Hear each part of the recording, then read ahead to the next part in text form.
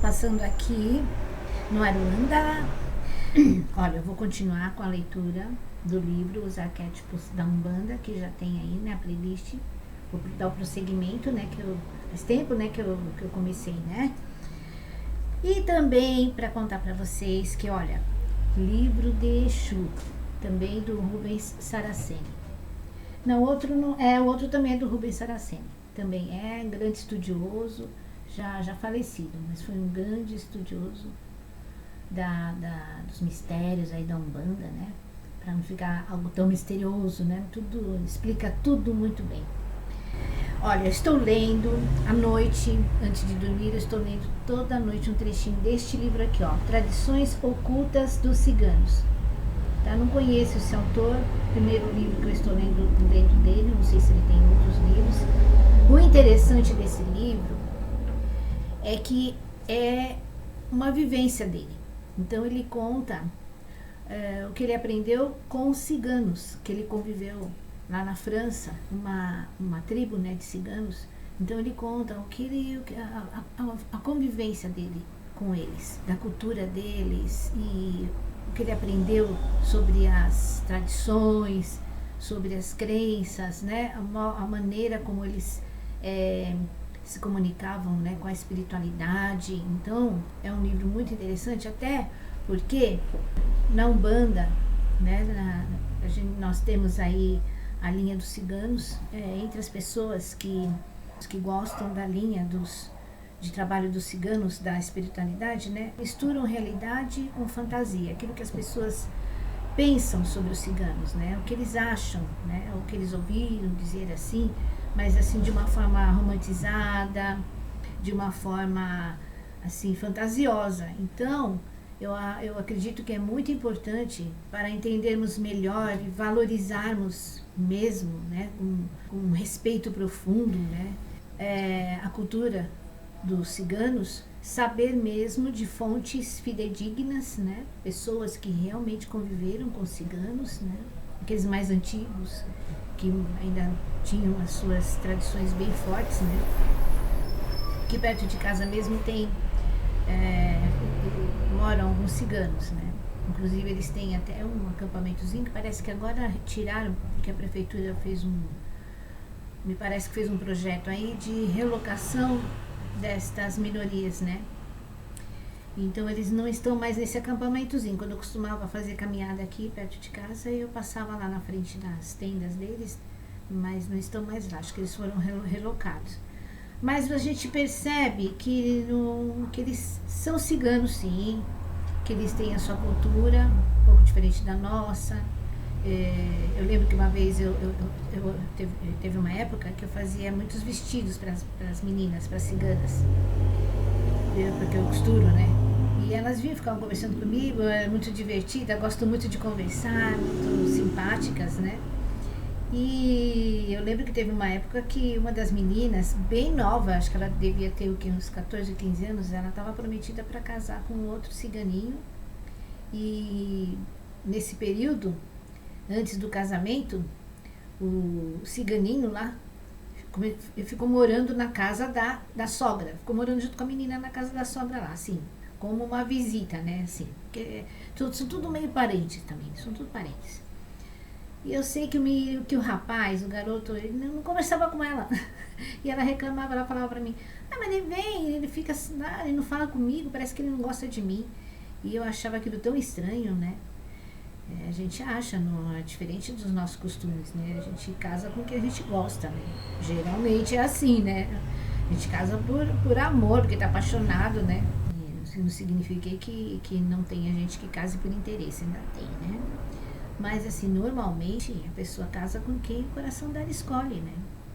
E aí eu vi isso daí. Então, isso daí eu percebia que eles mantêm firme ainda as roupas, o modo de se vestir, aqueles modelos, interessante que modelo, as roupas não mudam muito com o tempo, né?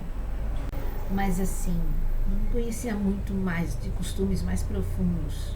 Gosto muito de festa, isso sei. Até me convidaram uma vez para ir em festa dele. Ele disse que festa de casamento dura 2, 3 dias, né? E assim, é a única coisa que eu sabia, mas não me parece assim. Parece assim que a cultura deles se misturou um pouco com a nossa, ficou meio que aguada, né? Essa é a impressão, porque é natural, né? Com o tempo vai acontecendo isso, com todas as culturas, vai acontecendo mesmo, né? Agora, o que eu achei legal neste livro, que eu posso conhecer mais da cultura mesmo tradicional ali, principalmente da parte espiritual, que o senhor aqui que escreveu o livro fala muito sobre isso, que é muito interessante para nós que procuramos esse contato com os ciganos da espiritualidade, né? Fora isso, olha só que legal que me aconteceu, olha, o universo gosta de mim, olha só, meu sobrinho, ele tinha ficado doente, estava internado e ele precisava, nesse meio tempo que ele estava internado, estudar, porque ele ia prestar um concurso, que ele é professor, né? Aí ele tinha encomendado uns livros pelo correio aí para poder ficar no hospital lá internado, porque ele teve que ficar um bom tempinho lá de molho. Ficar internado, ele queria ficar estudando, então ele lendo, ele gosta muito de ler. Aí ele encomendou os livros, só que os livros vieram trocados, isso aí já faz um tempo. Os livros que ele pediu foi para não sei quem e para ele veio, deixa eu pegar aqui outro aqui, para ele vieram estes livros aqui, olha, dá uma olhada nisso. Karma, Dharma, da Annie Besant, Formas Pensamento, da Annie Besant e do Leadbeater, que era um padre que tinha grande evidência. Olha só, Aperfeiçoamento do Homem, da Annie Besant também. As Leis do Caminho Espiritual, da Annie Besant também. E Karma e o Dharma, esse aí acho que eu já mostrei, da Annie Besant também. Gente, se não me engano, a Annie Besant foi uma das fundadoras da Sociedade Teosófica, junto com a Helena Blavatsky e outros grandes aí da Teosofia. Gente, esses livros, eu tenho, acho que Luz no Caminho, só Luz no Caminho, da Annie Besant, e vieram todos esses. Aí ele falou, tia, esses livros aqui parece que veio para você. E como ele não conseguiu devolver, descobriu um jeito de devolver, não sabe quem foi, quem mandou, de quem realmente eram os livros, né? Os livros dele também desapareceram. Aí ele deixou lá guardado. E como ele não é ligado em nada dessas leituras esotéricas, espiritualistas, ele não é ligado nisso não. Aí deixou lá os livros lá. Ele estava pensando em doar para reciclar, para virar papel. Aí eu fui na casa da minha irmã, né? Ele mora na casa da minha irmã, ainda ele mora com a mãe. Aí eu passei o fim de semana lá e ela falou, olha, eu guardei pra você porque assim, me parece que esses livros são a sua cara. Aí o meu sobrinho falou, então, eu tava aí rodando, eu ia mandar pra reciclar. Eu falei, pelo amor de Deus, me faça uma coisa dessa. Livros da Annie Besant, gente, olha, e novinho, olha, tá ainda no plástico, ó. Formas Pensamento, gente. Isso tudo tem a ver com a gente, com o meu trabalho aqui, mais informação, porque nós que queremos ter um bom contato com a espiritualidade, com os nossos guias, nós não podemos ficar aí assim, sabe, esperando só que eles tragam para nós toda a informação que a gente deseja. Nós temos que também ter a nossa mente recheada com bons conhecimentos sobre várias áreas, tá? Conhecimento humano, porque tudo isso que nós lemos, todas essas informações, todo conhecimento fica guardado lá, armazenado no nosso arquivo mental, espiritual, nosso subconsciente.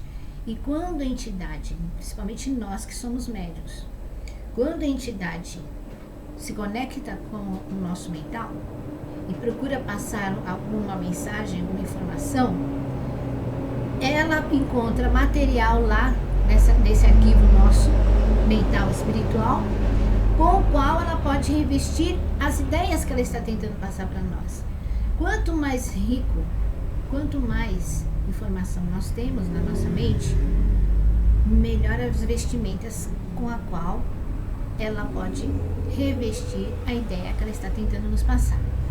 Então, todo médium que se comunica aí, né, quer passar e quer colher mensagens, por exemplo, médiums de psicografia, escrita intuitiva ou escrita semimecânica ou mecânica, médiums de incorporação, médiums de radiação, todos os médiums que estão ali se prontificando a comunicar-se, da passagem para o pensamento, para o mental de um espírito, de um amigo espiritual, tem que ter essa preocupação, tem que ter essa responsabilidade de estar sempre lendo, se informar, estudar sobre vários assuntos, principalmente os assuntos espirituais, né?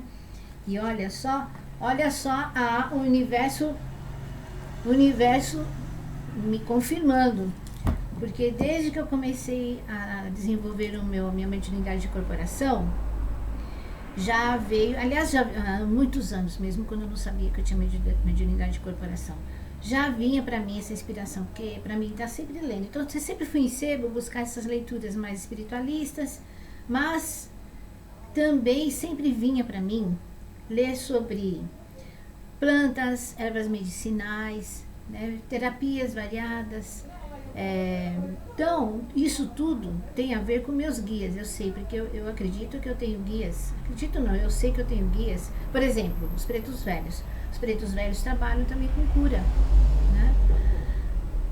Então, é assim, se eu tenho, vamos supor, gente, olha, se eu tenho já algum conhecimento ali básico, não precisa ser um conhecimento profundo, mas um conhecimento básico sobre as ervas medicinais, principalmente essas ervas que mais utilizadas pelo povo para fazer chás, né, compressas. Se eu já tenho algum conhecimento e sei, conheço um pouco do princípio ativo dessas ervas, dessas plantas medicinais, as indicações, os efeitos colaterais, isso tudo já fica ali guardado no meu subconsciente. Então, se eu estiver incorporada com um preto velho ou uma preta velha, e ela quiser, de repente, o preto velho, a preta velha quer passar algum chazinho, algum remédio para aquela pessoa que está ali se consultando. Isto se eu trabalhar um dia com consulta, né?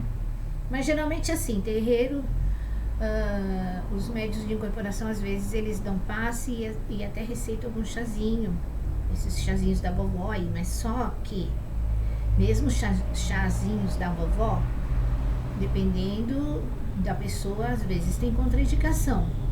Então, se nós já temos esse conhecimento, vai ser fácil para nós receber a informação do nosso guia. Nós não vamos ficar na dúvida, porque a dúvida trunca a mensagem. Se quando nós estamos recebendo uma mensagem, nós começarmos a duvidar da entidade, do que ela está passando, a gente bloqueia, assim. Nós podemos bloquear. Só não bloqueia uma mensagem, só não bloqueia algo que uma entidade quer fazer quando está conectada a nós. Só não bloqueamos no caso de uma possessão. Possessão é difícil de acontecer. Possessão é como está lá na Bíblia, que tinha o milagre lá do possesso, que a entidade lá, o espírito, né, demoníaco, pegava ele, jogava ele no fogo, jogava ele na água, a pessoa já vivia feito um mendigo, todo sujo, machucado, rasgado, porque ele não tinha controle, era uma possessão. Aquele espírito demoníaco, que é só espírito demoníaco que faz isso, tá? Um espírito de luz não vai tomar à força ninguém, e aquele espírito demoníaco pegava a pessoa e judiava mesmo da pessoa. E a pessoa nem sabia direito o que tinha acontecido. Quando a pessoa acordava, estava toda lá, machucada, em outro lugar que ela nem sabia como ela tinha chegado nesse local. Então isso daí é possessão. Mas a mediunidade normalmente, né, a pessoa, ela tem uma noção, mesmo quando é uma mediunidade que dizem que a pessoa fica meio dormindo, a pessoa sempre tem alguma influência sobre a comunicação da entidade ali. Se a pessoa, quando ela estiver recebendo a irradiação já, sentindo a aproximação do guia, e ela não quiser, ela tiver medo, tiver dúvida, ou não quiser mesmo, ela pode bloquear sim, tá? E também acontece com as mensagens. Quando nós estamos recebendo uma mensagem do guia, estamos lá recebendo todo o mental, está vindo aquela enxurrada de ideias, de pensamentos, está vindo e a gente está passando. Mas a gente percebe, nossa mente capta, a gente entende, a gente percebe o que está acontecendo ali. E se nós começamos a duvidar, lá no fundo a gente começa a duvidar, nós bloqueamos, sim. E se nós não temos conhecimento nenhum sobre ervas e plantas, como nós vamos ter confiança na hora que um preto velho, a preta velha, uma outra entidade, um caboclo, começa ali para querer passar uma receita, indicar um chá para a pessoa tomar, né? Como nós vamos ter confiança? Nós vamos ficar assim, será que isso não vai fazer mal para a pessoa? Será que isso não vai dar um problema aí? Será que isso é bom mesmo? Será que isso não é venenoso, né? Então, gente, a gente tem que procurar ter conhecimento sim, até para ajudar o nosso guia a trabalhar melhor e nós também trabalharmos com paz, né? Com paz de espírito, tá? Saber que tá tudo certo, que tá tudo bem. Então, sempre estudar, quando isso faz parte de uma boa mediunidade, ser um bom instrumento de trabalho para os nossos amigos espirituais, é o estudo, tá? Estudar sempre, tudo. Estudar de tudo, tá? Não é só temas espiritualistas, de tudo é bom. Ficar bem informado, tá? Então, assim, pessoas que não gostam de ler, não gostam de se informar, elas não vão conseguir desenvolver um bom trabalho mesmo com os espíritos de luz. Dá para fazer sim um trabalho mais humilde, mais simples, mas se o guia ali, vamos supor, o guia tem muito conhecimento, quer fazer um trabalho mais profundo, mais amplo, o guia não vai poder, né? Vai ter que se contentar, né? É como aquele caso, vamos supor, um grande músico deseja compor uma obra muito linda, veio uma inspiração para fazer uma música lindíssima, maravilhosa, complexa e linda, só que ele não tem um instrumento, não tem os instrumentos, não tem nem um violão, né? Tem lá um pandeirinho só, né? Uma caixinha de sapato para ele bater lá. Então, quer dizer, o que ele vai fazer com isso? Não vai dar. Ele pode ir lá brincar um pouquinho, fazer alguma coisa ali, tirar um sonzinho ali mais simplesinho, mas ele não vai conseguir expressar todo o conhecimento, toda a arte que tem na alma dele. Mesma coisa. Se o médium não se prepara, se o médium fica sempre ali com a mente fechada, cabeça fechada, cheio de preconceito, cheio de medos, cheio de não, eu estou bem assim, não preciso de mais disso, não preciso estudar, não preciso de nada disso, a entidade muitas vezes se utiliza desse instrumento imperfeito aí, falho, todo limitado, porque ele não, de repente, mesmo assim vai conseguir fazer alguma caridade, ajudar alguém. Né? Então, e ajudar esse médium também, né? Porque o trabalho que os espíritos fazem com a gente, nossos guias fazem com a gente, utilizando a nossa mediunidade, não é só para ajudar outras pessoas, é para nos ajudar na nossa evolução também. Nós estamos evoluindo, nós estamos desenvolvendo a nossa personalidade, a nossa moral, nosso sentimento. Então, é um trabalho grande. Então, se a pessoa também não se dedica, não faz a parte dela, o médium cabeça fechada, não quer, tem preguiça de estudar, então ele também não vai se desenvolver tudo o que ele poderia. Mas o espírito protetor, a espiritualidade, é muito bondosa, muito generosa e sempre faz o que pode, tá? Então, vamos fazer também um pouquinho a mais, né? Então, é isso aí. Então, hoje eu vou ver se eu gravo um vídeo para vocês, dando continuidade aqui cadê aqui? Os arquétipos da Umbanda, tá? Vamos para o segundo vídeo, dando continuidade à nossa leitura. Temos que terminar isso aqui. Depois eu vou passar para esse aqui, o livro de Exu, Mistério Revelado, tá? E vou ver também se eu faço, eu estou fazendo essa leitura aqui, mas acho que esse eu não sei, eu acho que eu vou fazer tipo de um resumão para vocês, tá? Mas eu vou indicar para vocês a leitura. E temos muitos pela frente. Eu tenho ali uma estante cheia de livros interessantes. Tá bom? Então, tchau pra vocês, até o próximo.